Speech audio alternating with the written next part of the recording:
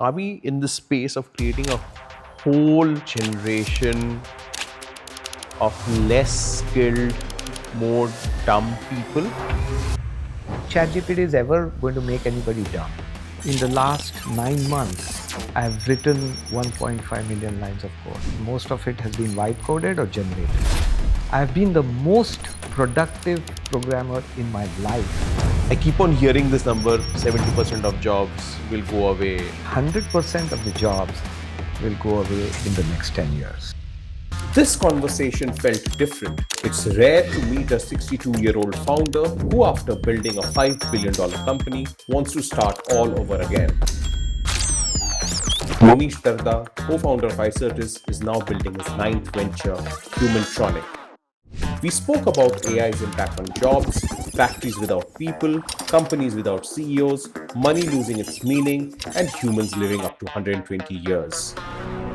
People will still reproduce, and the people who are reproduced will grow up and they need to earn. There won't be jobs for people to do. There are dark factories everywhere now. They're probably 5% of all the factories, and 95% still employ people. 10 years later, you can imagine 99% of the factories being dark factories. Now, bear with me for a second. A company like NVIDIA, 10 years from now, I hit a button. AI takes over my design, analyzes it, finds faults, finds ways to test, finds ways to manufacture, then goes to a factory in Taiwan, negotiate with them. AI will go to potential customers, make money for me. If a multi-million-dollar enterprise deal gets screwed up because AI was doing the negotiation, who is to be held accountable? It feels brutal. It also feels, maybe I smoked something. Are you also creating a clone of your brain, Monish? I wouldn't call it clone. I would definitely want to call it an avatar. If every single board meeting, every possible recording of Steve Jobs, every note that he prepared is fed into the system that you're building, Could you get a Steve Jobs can be running Apple forever?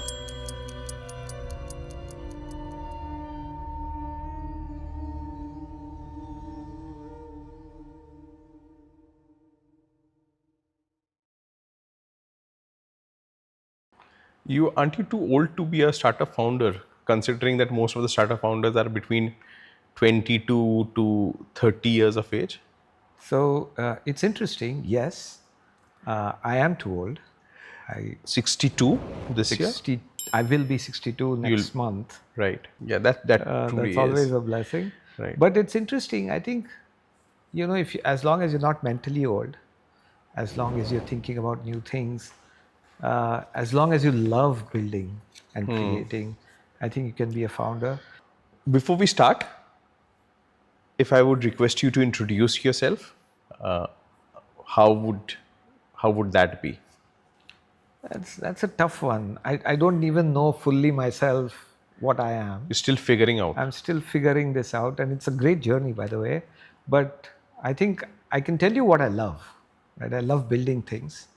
I love reading a lot of fiction, and I can start, especially like Isaac Asimov, which is one of my favorite authors. Okay. I can read them back to back for days on end. Right? So I love that, being in that world and figuring it out.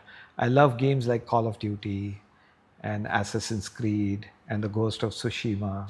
So video games are a big fancy, and I've, from a professional perspective, always been a startup person. So right after I finished my schooling, did my master's in the US, came back, spent few years, couple of years maybe, going after my passion of cars and engines and two-wheelers. And then I started my first company with a co-founder of mine. And after that, I've always been doing startups. So Right. I think now I'm on my ninth, probably. Right. And I love doing that. What is very interesting, though, is AI is also changing a lot of this, right? And this is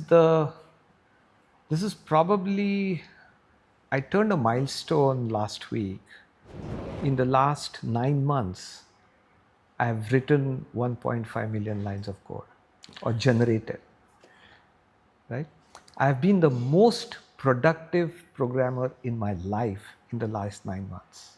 And you owe this to AI? I owe this completely to AI because I've never, well, I did. I shouldn't say no. I did write some code, but most of it has been wipe coded or generated, right? Now, I think that gives me a very interesting edge that tells me that I can still be a founder because a founder, of course, creates these exciting products, if you will, something that will benefit people, something that will excite people, something that will make them happy, something that will derive value from what they spend on software. And if I can do that, and if I think personally that this is some of the best code that I've ever written, I'm not too old to be a founder. Coming back to your 1.5 million lines of code, do you think that we are creating a whole generation of less skilled, more dumb people? Because it seems that a lot of the brain outsourcing is being given to a Claude or a ChatGPT or a Perplexity. At least you had the benefit of having a hands-on experience of coding. At least you had physically written 1.5 million lines of code, and you are using that experience to write another 1.5 million of lines of 1.5 million lines of code in a shorter period of time. So, very interesting question. So, first of all, if my daughter heard it, she's a neuroscientist, she would be really upset because dumb would be a very different definition in Yeah, neuroscience. The second thing, let me ask you a question. yeah, Have you used a typewriter? I have. You have the older. I have my grandfather's typewriter. Okay. I've inherited that You typewriter, inherited but that. not in the classic way of using the typewriter. Yes, Like, I did was you born in write the with computer computer generation. Yeah, generation, right? So you did not write when you were a journalist, you no, didn't write your never, stories on a typewriter. no. You didn't have the pain of having to figure everything out before you typed it because you screwed it up, you had to type the whole thing again. You No, didn't go through that. I could always do a backspace. Were you a better journalist? I have always given this a thought. I think over years, perfection is slowly diminishing in human beings because there are ways to correct mistakes, better ways to correct mistakes. So while you were typewriting, I would see my grandfather writing the perfect Perfect. letter. Exactly. I would not even care about a wrong word because I Spelling knew that I would mistakes. always go back. But does that make you a bad journalist? No, I was one of the better of See, journalists. there you Yeah. go. So I think all of this, the technology, what you do, is actually a tool to what you have to achieve. When I was in ninth standard, the first calculators appeared. And everybody in school said, if you use a calculator, you get dumb. You have to make sure you have to know the math. And I remember arguing with my teacher, saying that this actually makes my math better. Right? This is a tool. Now, would you actually teach a child to not use a calculator and go back? No. You I would see actually my, give them computers, you would give them ChatGPT, you would give them bigger problems to solve at a younger age. In my mind, it makes them smarter because at our age, the problems we were solving, and at her age, at 2.5 years, my granddaughter is solving, are completely different levels of problems, which 100% guaranteed proves to me that generations are getting smarter and they are achieving more. They're not getting dumber. They're not getting lazy. They are actually packing a lot of things in shorter and shorter periods of time. I'll give you another example. IBM took decades to get to $1 billion of valuation or $1 trillion of valuation if it did, right? Whatever they peaked at. Substantial, consequential company took decades to build. Facebook came in and said we can do it in 10 years. WhatsApp came in and said we can do it with 11 or 13 or 30 people. Yeah. Go 13 to people sold at $19 billion. It's crazy, Yeah. right? Same thing with AI. I don't think ChatGPT is ever going to make anybody dumb. They're going to make them smarter and achieve more and do more in their life. That would be the sole purpose of AI, right? I keep on hearing this number 80% of jobs, 70% of jobs will go away, so on and so forth. I used to kind of throw that number away saying that bullcrap. But you seem to be painting a different picture. I think 100% of the jobs will go away in the next 10 years. 100%. 100%, right? There's a reason for that, right? And again, So then you and me will keep doing this conversation only. exactly. That's the only thing we will do. We won't have anything else to do. Maybe opening companies, deploying AI, Deploying and just AI, figuring out new things, and having creativity, having a ball, right? But think, But yeah, coming back to the core. in all seriousness, because this is going to be a huge problem, also going to be a huge opportunity, but it's going to be a huge problem first. But think about it this way: what are the biggest challenges in the world today? Right? Right. If I have to solve the biggest challenges in the world, what are they? World hunger, you might classify as one problem. How do I feed everybody and shelter everybody and clothe everybody so that that the basic necessities are taken care of? The second one is health, longevity, right? The third one is essentially what do I do? What do these people do, right? What will they do, right? And let me take this one at a time, right? If I look at AI, the intent of AI, the way it will go in my mind is going to be that the whole idea of developing the technology would be take human intent and convert it into outcome. Is there something called the futuristic company, which perhaps can run without a CEO or perhaps can run without certain leaders or without people, or how does it actually be? So, yeah, that's a very interesting question. And again, this is a hypothesis. Who knows what the future holds for us? Nobody really understands this fully. But here's the take, right? Think about today what NVIDIA does. The most successful or most highly valued company in the history of human civilization, right? There's been no company, no organization that's been more valuable than NVIDIA. Right? How much do they manufacture? Hardly. I don't think they manufacture anymore. They don't much, right? They are a design house, they are a thinking house, they are a sales and marketing machine, right? They designed and then they subcontract the designs to get those chips made. They do self-contained racks, they do all kinds of stuff. And they started with a lot of things, but they were known for gaming chips, right? And what is interesting is if you can imagine a company like NVIDIA 10 years from now, can you not imagine that you and I are sitting here and we say we want to design this chip? Here are the specs, right? Here is the creative leap that my mind has made because I've been working on this problem for 20 years. That, transistors can be like this, or there is a new type of transistor, or there's a quantum computer that I can use in a certain way that can make these chips extremely powerful. Let's say I come up with a design. I hit a button. AI takes over my design, analyzes it, finds faults, finds ways to test, finds ways to manufacture, finds ways to keep the costs low, figures out how much money we have combined in our bank accounts, then goes to a factory in Taiwan or a factory in India and says, can you manufacture this chip? We can give you so much money for the first yield. If the yields are better, we'll give you more orders.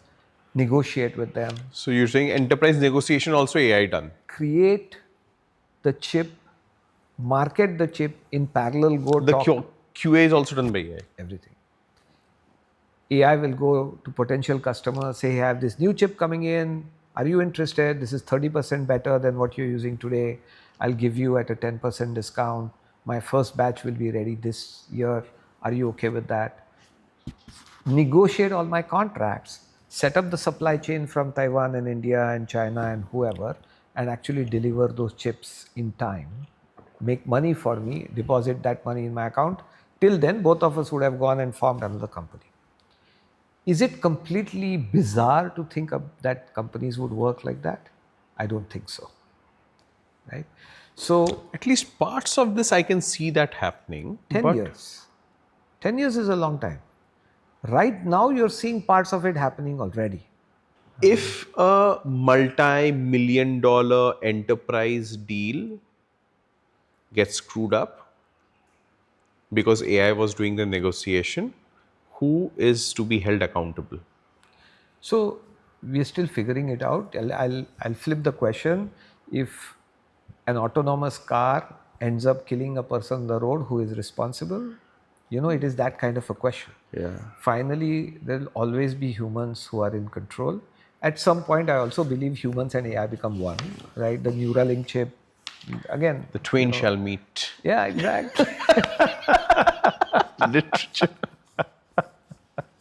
So true. But this is the kind of thing that's going to happen. But till then, humans are going to be responsible. It's not the tool, right? I'll give you another example. Consumer electronics show.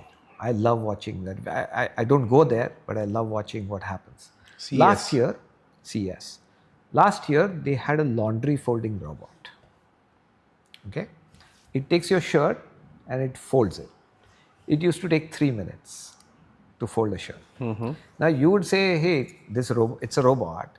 It can do this the whole night as long as my laundry is folded in the next day. How do I care, right? But this year, that same company came up with a new version which folds laundry perfectly without dropping it in less than 30 seconds. Efficiencies are being built. Efficiency, speed, there's vision, there is, this articulation, there is delicate touch, all of that kind of is moving very quickly, right? So think about factories. There are dark factories everywhere now, True. right? They're not 100% of all the factories. They're probably 5% of all the factories, and 95% still employ people. But that is going to be rapidly changing with this kind of a technology coming in, right? So 10 years later, you can imagine 99% of the factories being dark factories. Can you not? That's pretty scary, Monish. It is. So, I keep Again, sorry to interrupt you. If you can drive an autonomous car in San Francisco traffic at peak hours, you can run a dark factory to manufacture shirts and watches. Of course you can. But people will still reproduce. And the people who are reproduced will grow up and they need to earn. What you are saying is there won't be jobs for people to do. I am a hardcore believer of capitalism, but our conversation is leading to a situation where capitalists moving to an even more capitalist society, and everything else is becoming an outcome of because we want to become more capitalist in nature. But it doesn't solve the problem that we started with, that you said that 100% jobs will become irrelevant. Bear with me for a second. If I look at electricity, right, we have been struggling with, and people have been promising, there has been news, people have been awarded the Nobel Prize and said, no, it is wrong for cold fusion.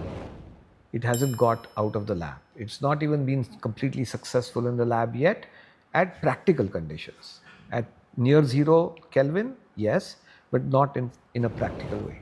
What do you mean by that? So what Near it zero means Kelvin? is the same mechanism that our sun uses to generate so much power is nuclear fusion and nuclear fission, two reactions. If I can actually fuse two atoms, I can produce a lot of energy without the bad things that a nuclear reaction, the fission reaction causes, right? So it's actually in the news today that India came up with our first breeder reactor. I don't know if you saw the news. It's our first prototype fast breeder reactor Haven't. that went live in near Chennai, right? Our nuclear power plant there. So, but nuclear technology has this fallout problem, radioactivity problem. Nuclear fusion eliminates that because it combines helium and hydrogen atoms to generate electricity. That's been the ticket to free energy for humanity. And that's why billions and billions of dollars have been spent on making nuclear fusion practical to generate electricity, right? Yeah. The second problem is longevity. Last month, the first ever drug that claims to decrease your age, biological age, decrease your biological age, went in human trials, clinical trials in the US. US, yeah. The first time ever, right? The third thing, 1 month ago, Google announced that they are rolling back the calendar for practical quantum computing from 2035 to 2029. Okay. What are these three things indicating to me? They are telling me that as AI becomes ubiquitous, as scientists start using AI and the power of these pattern matching and these models and the new technology and the ability to write code at volume, like huge volume, to create systems, to analyze data, to see data, visualize data, all of that, right? To run inferences, run experiments, run simulations, is accelerating all sorts of science very quickly. Next 10 years, if I can get nuclear fusion right as a practical way of creating power, my power problems are gone. The Iran war is irrelevant because energy will be free virtually if nuclear So fusion a becomes lot practical. more AI work jobs can be done. Right now, there is this huge debate around should AI be allowed because it is increasing. Energy consumption has shot through the Exactly. roof. Global warming is peaking, so on and so forth. So Exactly. And also, there is not enough capacity. Everybody is trying to find capacity to run data centers. It's not yeah, yeah, finding capacity. yeah. Because think about it, free power, free तो जो compute for AI, जो and reproduction भी बंद करना पड़ेगा ना. There has to be an end to what will people do if they no, grow up. so that is a question that will face humanity just like it faced humanity on communications or mobility and any of these things, except now at a much bigger scale, right? Sorry about that. Yeah, yeah. And then I You think can take a call. You can take your call if it's. no, I think it's just my 4 o'clock alarm that didn't. Then what happened? So he said, but what's the point in living if my friends are not allowed me? So I want you to live for 120 years, right? So you also have to live for Yeah, 120 years now. because otherwise, all his friends are dead, right? So, so we said, yeah, why not? Let's aim Let's to. actually aim for it and figure out what happens. How much lifestyle do we need to change? What should we? So what we came to what conclusion we came to? All we have to do, now just hear me out. All we have to do is live for another 10 years, not die. And we'll live for 120 years automatically. So you're saying that the pace at which science is evolving, if we manage to live for another 10 years, then everything that is happening in the space of medicine, biology, longevity will allow us To live for in a 100. capitalist society, if we have that kind of money, will allow us to live for till 120 years. Correct. So you think that anybody who has a medical insurance of 2 crore rupees, of annual medical insurance of 2 crore rupees, can live up to 120 years. But think about 10 years later, if this happens, if you can live for 120 years, will money exist? It's crazy, Monish. Money, of course, money will exist because you will need money to live for 120 years, right? Without money, you will not be. So Assume you have free power and free compute. the value of money will even increase even more because it will create a larger societal divide. Na? There will be a large Garib population. There will be a very skewed Amir population.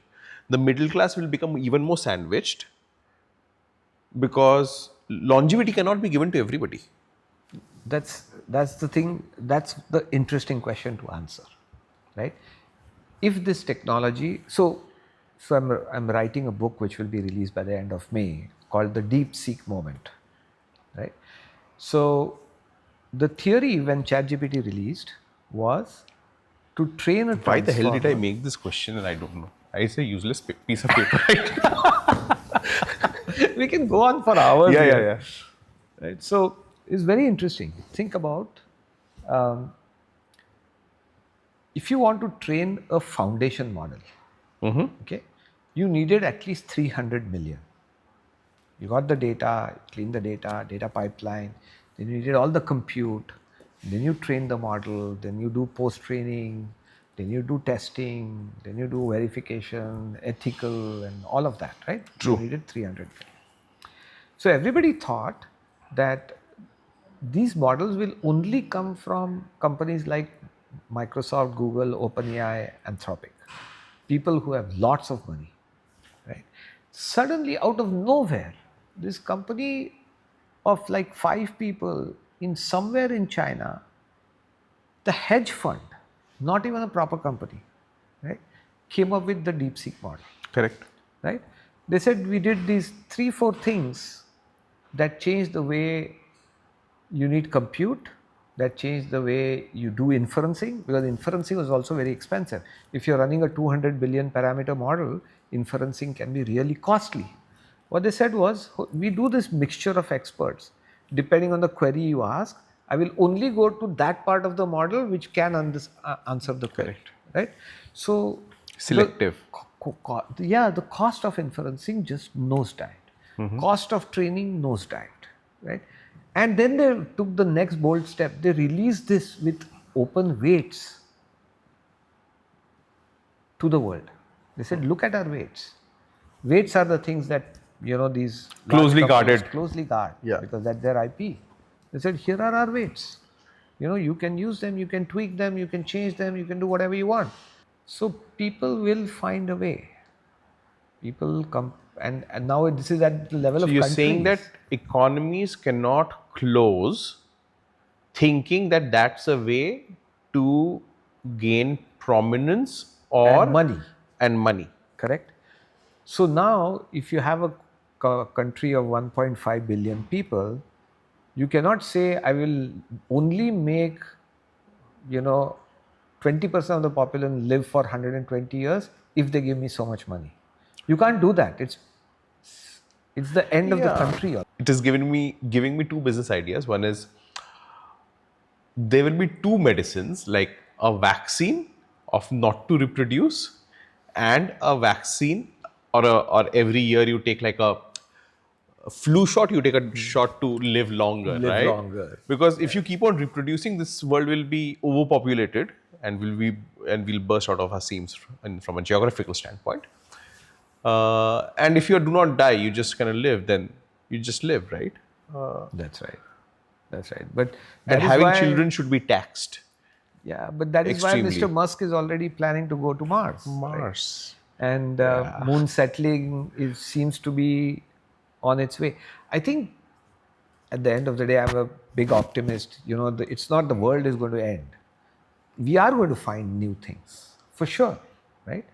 Will it be rooted in money? I hope not. I think it will be a liberation for the human race to be liberated from money. So coming back to that 100% jobs changing, what are the jobs that you think will be relevant 10 years down the line? Since we are talking about the next 10 years. I think, and again, I'll pull in Isaac Asimov a little bit. I think the big change that will happen is creativity. I think a direct kind of, if you think about impact of having a lot of power, no money, power as in electricity and that kind of power, and abundance and longevity, is that our birth rates are going to decline, like we have seen in Japan and China. China, of course, for different reasons, and even in India, right? As urbanization grows, Lesser. birth rates decline. People hate meeting each other in person because they think there's no need. Then there is holograms, so it feels like you are still in the room, but you're not. Then they become paranoid of being in the same room with a person. Because if you are in the same room with a person, now look at this, it is actually real. This is how I would think 10 years from now if I didn't know better. You're bringing in a lot of bacteria my body is not used to. I have only one life if I don't believe in, rebirth and reincarnation. You bring in a bacteria, I'm taking a risk of dying, where in an age where I can live for 300 years, and maybe I'm 70 years old, 62 years old. Why would I take the risk? Because medicine is becoming so much better and you can still live for 300 You could, years. but you could introduce a bacteria that I don't have a medicine for and don't have the time to build the medicine Fear. for either. Fear. Paranoia. Paranoia and fear. Right? And so, Asimov is beautiful that way. He describes a world where viewing is the only way to meet a person. When you say, I want to see a person, you're actually meaning you are viewing the person, not seeing them in person. And everybody breaks down. The first thing to break down is children, because there are no children. So then the government or the loose government of that planet has to enforce people and say, you have to, for the goodness of the planet and the goodness of our civilization, you have to make children. So then it's a forced job to actually make children, because they're not able to make them in a laboratory for whatever reason, which probably would have happened or will happen then, in the yes. next 10 years, right? Yeah. But that's the world that we are going towards, in my mind, right? And so, problems actually find their own solutions. I'm a big believer of that.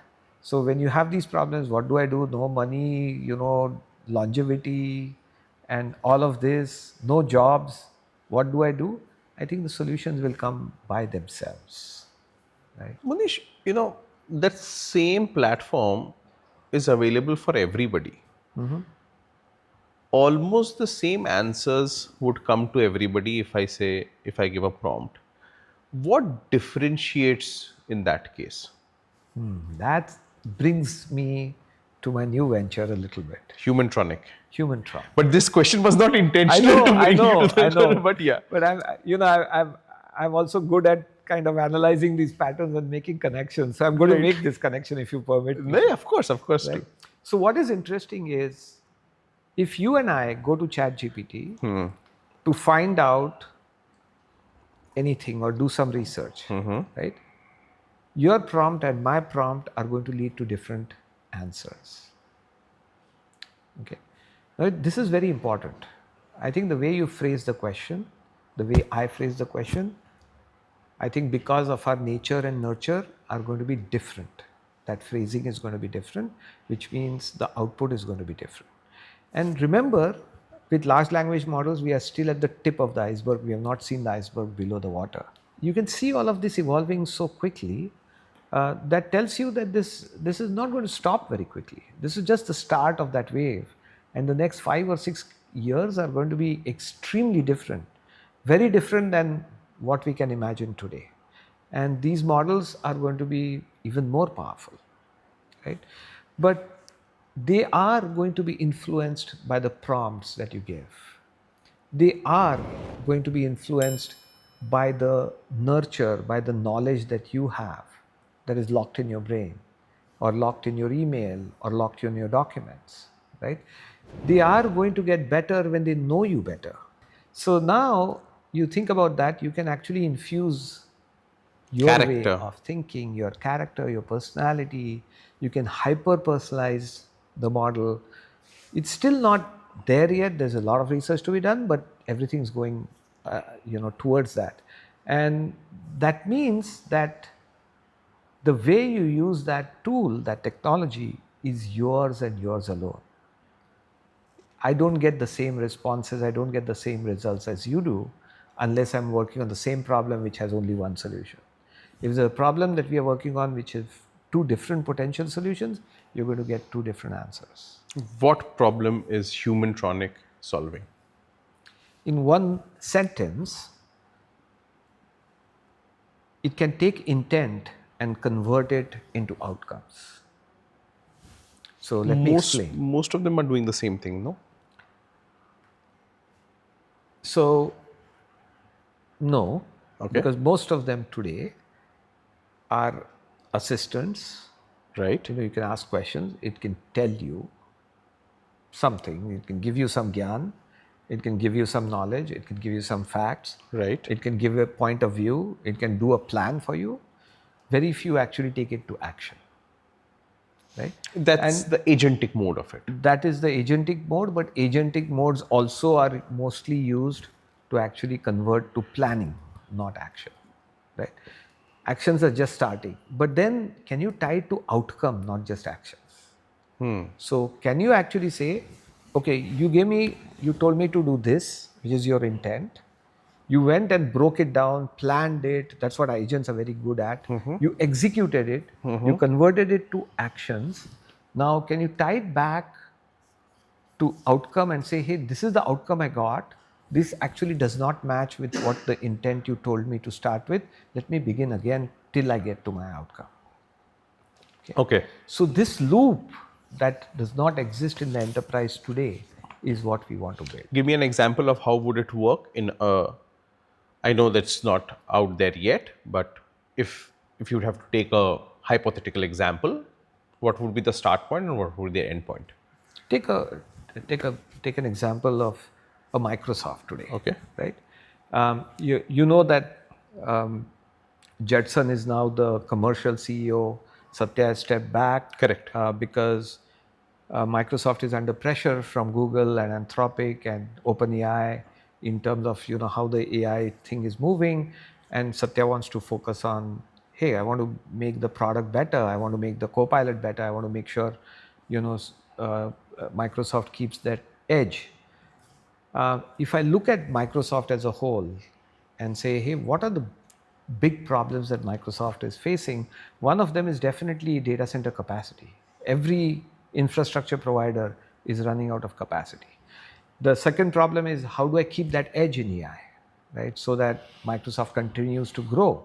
And Satya has done a beautiful job over the years. In the last 8 years or so, I think Microsoft has gone from strength to strength. But how do you maintain that strength in the new world is a problem that most large company CEOs and board members are thinking about. We want to take that hyper-personalized language model at the CEO level, the VP level, or the director level, and we want to infuse it in all of the actions and the planning that happens at the bottom. So everybody thinks like a CEO. Everybody doesn't think, but everybody has access to the CEO's brain. The CEO. What changes in an organization what is the problem that you're solving in this? So two problems we are solving. One is, how do I make sure that the organization actually works as an autonomous enterprise? If you can drive an autonomous car, or you have the technology to drive an autonomous car in San Francisco traffic, you definitely have the technology to run a company autonomously. So we are doing that. The second problem we are trying to solve is, okay, it's not enough to just run the company autonomously. You want to make sure you run it right. And the definition of right usually comes from the board or the CEO or the founder or the investor. Correct. The 10, 15, the 20 stakeholders, the 10, 15, your top 20. 10 customers, everything put together, right? Exactly. I'm getting a weird thought here though. Sure, love to hear that. So If every single board meeting, every possible recording of Steve Jobs, every note that he prepared, every internal meeting, if there is enough recordings and notes of it, if that is fed Yeah. into a system, into the system that you're building, so Could you get a a Steve Steve Jobs Jobs or can be running Apple forever? if you have enough data, you can probably build a model for anything. It's possible. I don't think it's possible yet. I don't think you can create a Steve Jobs or a Bill Gates or a Satya Nadella or a Rabindranath Tagore, but you can come close. At least you can have someone who has access in a very structured way, in a very interesting way, to their knowledge, their thought processes, their experiences, that then you can use to find patterns. This thought crossed my mind that there is huge debate between SaaS, AI killing SaaS, all of that. So, will AI kill SaaS? Yeah. So, yes, answer, I Really? believe that. I 100% believe that, right? And I'll tell you why. Very simple. Again, um, two reasons. And I hope you also find it as simple as I do. I don't find this unreasonable at all. So now, if you are a SaaS company and if you're saying, I will give the same solution to all of my customers, I am going to die. We are in the age of hyper personalized software systems now. Okay, and it is not too far away where every person in that customer company is going to say, design this tool for me. Don't design it for the 150,000 people that work in my company. Because my way of doing things are completely different than your way of doing things. So, but SaaS still stays, right? But it is a different form, right? But SaaS combined with agentic. So, So I'm not saying the companies that are SaaS companies today will die. What I'm saying is the concept of SaaS is dead. so you're saying that one solution sold to many, and that is where the revenue and the profitability is built. That model as a business will die, Correct. and it will evolve into a hyper personalized software delivered to your inbox kind of a service, Correct. which is suited for your requirement, tailored for your need, gives you the outcome that you desire. Wonderful. Can I quote you on that? Yes. Wonderful. So that thank you. perhaps that product, if you build product for years, that you start thinking. Exactly. Again, it's my personal assessment. You do not have to agree to it and at all. My assessment is most CEOs across companies in the world are not trained to embrace the AI era. It is more of a FOMO factor. Leadership boardrooms are largely talking about, you know, it's like, yeah, if my competition is talking about AI, we should also do something in AI. But there's a huge understanding gap as to how AI can actually benefit enterprises. It's herd mentality, and perhaps that's where we as businesses are spending a lot of money in the wrong direction. Would you agree to that or no? 100%. Okay. Right. So I'll tell you what happened in Icertis. Right. Samir and I had this conversation couple of years ago. Samir said, we should use AI. And so, it came to me, of course, Monish, we should use AI. Let's start something. We had started with transformers in 2018. 2017 was the famous paper, right? Attention is all you need. 2018 was the first kind of experimentation with transformers. And Samir said, no, we should actually go AI first and we should do this. And I asked Samir, hey, what are you doing? Are you using AI every day? And I said, no, Monish, what can I use? And I said, we have Copilot licenses. It's like approximately 2 years ago when Copilot got released. Actually, we were, beta testers, like the early preview Because of your testers relationship with Microsoft. with Microsoft. Of course. And I said, you're not using Copilot. I said, it doesn't work. He said it doesn't work. Doesn't work. Okay. And it didn't actually. That time it was pretty bad. And I said, but do you know these 4 or 5 use cases is very good at, and it will get better very quickly. So he'd come to Pune. I remember we asked Microsoft sent 2 engineers, and we took a 2-on-1, those 2 engineers and Samir sitting in one room, 5 hours just teaching him what to do and how to use Copilot. Now, of course, I was the part of that because it was a great learning experience from a Microsoft engineer. And we walked through 5 hours of use cases. Okay. And then he said, oh, I understand this much better now. But it very rarely happens. Most of the Most of them do. CIOs, forget CEOs, They understand jack shit about AI. their board tells them you have to use AI.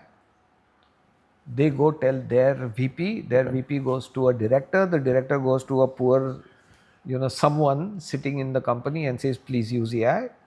That guy, very hardworking, very smart, builds something which he or she thinks is the greatest thing in the world.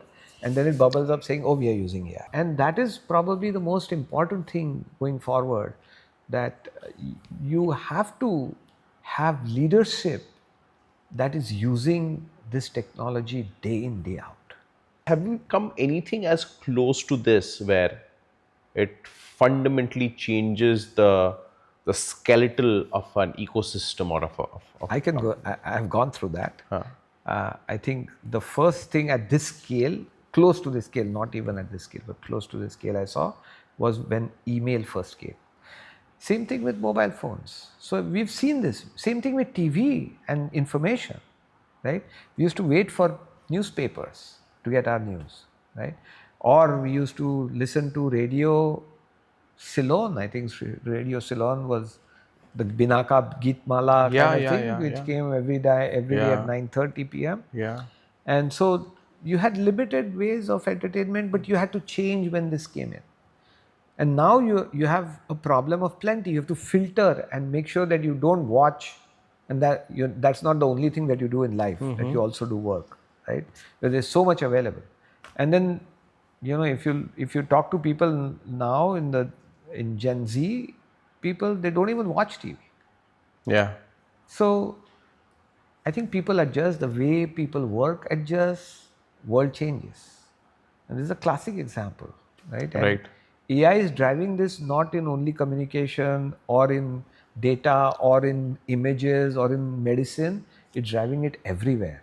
That's why this is probably the biggest thing the world has ever seen. So how should a CEO think? I think first is to make AI part of your life, right? Your restaurant reservations, starting from there, your ticket bookings, your appointments. Even I have not done that. Really? You have to. Have you done that? Yeah, I do that all the time. I live in this world, right? Okay. None of my email goes directly to me. It always goes through an agent. Which agent? I have a series of agents that I've written. You have written yourself, all these agents? Because they have to be my thought process, right? Agents are prompts. They're nothing more than that, with some knowledge and memory built in. But they're essentially prompts. So every mail goes through an agent before it comes to me, right? So if I send you an email, it goes to an agent first and then it drops. So it tells me, do I have to reply to this? Is there an action item in this? If I have to reply, there's a draft already waiting for me. I can review it and send it. I don't send it automatically, except for my engineering, the bulk email that I receive, some of those go automatically. It tells me if it is important, and if it is important, how important it is. It tells me the category. I have some standard categories I have set up. It's, Humantronic, Icertis, family, medical or health related, financial, right? 7 or 8 categories that I figured out for myself. It automatically categorizes. So if I look at my email, it's all nicely color coded, each and every email. So I know what to focus on. Right? Are you also creating a clone of your brain, Monish? Not yet. That's why I want to. You want to do that? I definitely. Because you are moving in that path, especially with this, your new venture. Yes, I wouldn't call it clone. I would definitely want to call it an avatar. Yeah. The difference being that cloning is at the DNA level, Yeah. right? I'm correct. I'm thinking from a forever mentor. So you have Icertis, where you are a chief mentor. What if you have to give it 0 hours in a day, but there is a chief mentor which is available 24 hours to Icertis? Similarly, if you want to retire tomorrow from Correct. Humantronic, but there is a Monish which is available for the company all the time. I don't know. Yeah, I Are wouldn't you? even think about retiring or zero time. Yes. I would say just scale. Biking, huh? No, that too. I would love to do that. Yeah, and playing video games too. Yeah. But I would say scale. Like I might be talking to 10 people in the company today. I would love to talk to 2,000, right? And I can't physically. There's not enough time in the day for me to do that.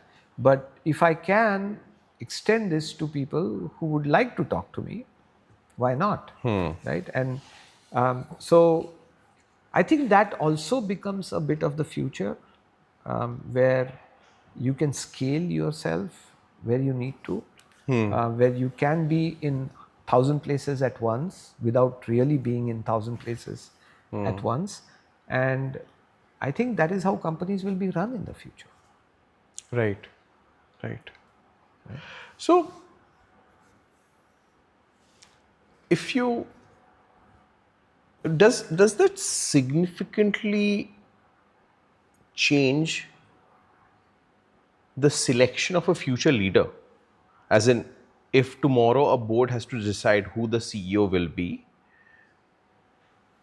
with everything that is happening, is the selection of the future CEO also changing? I That's an interesting question. Because you guys Yeah, really yeah. got a CEO recently to run Icertis. Yes, You that's right. institutionalized the company from founder to CEO. So That's you right. would have you've recently gone through that process. Yes, So, yes. but fast forward 10 years, what it will? Yeah, I think it's going to be natural selection, if you ask me. Because is the board also capable of selecting a CEO? Like a today board? Probably not. Because Yeah. unless they are deep into the technology and they understand what's going on and the change, which is not. So it's even No, worse. none of the company's board It are is in even that. worse than the CEO. So think about it that way, right? So the So this board is dead, the CEO is dead. exactly. So Yeah. it feels brutal. Um, it also feels, maybe I smoked something. No. It also feels like, is it is it so pessimistic? Is the outcome so pessimistic? I don't think so.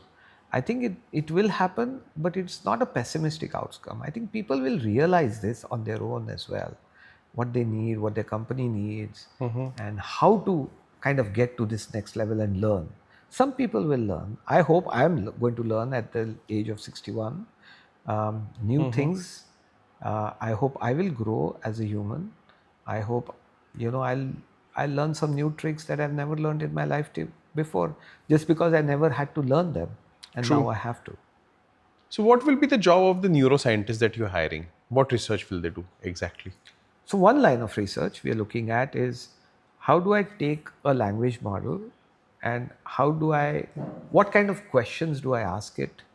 What kind of data do I provide it so it begins to reflect more and more of how I am, of my character, personality, risk taking abilities, my moral, ethical standards, 7 or 8 things that make up me, right, as my identity.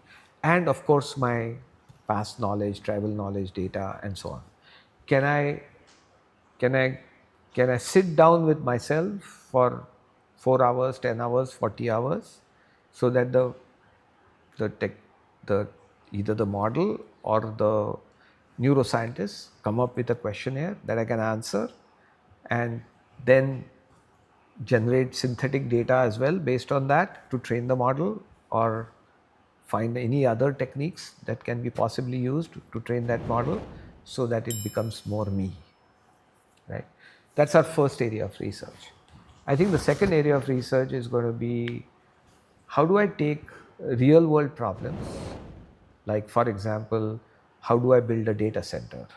How do I increase my sales in the retail sector for toothpaste, for example?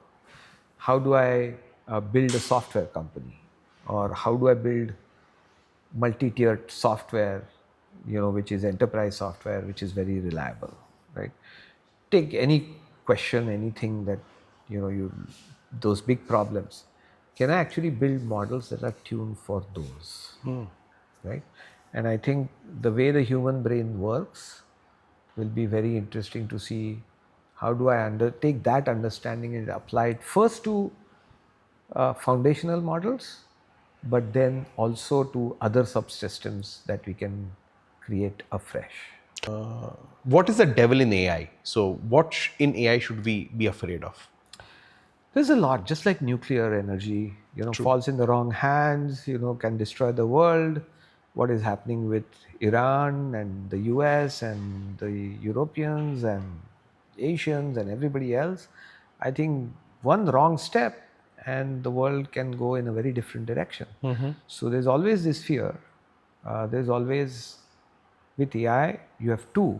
One is when AI starts taking action, what does it do? What guide rails do we have? What control do humans have on that? And what goes rogue and why? I think we'll have to have the same safeguards like we have for nuclear energy and nuclear technology. We have to have AI safeguards so that it doesn't go rogue. Rogue AI controlling nuke warheads. Exactly. So many Yeah. movies have come right, done that. No, but if you look at wars, for centuries we have fought wars to acquire land.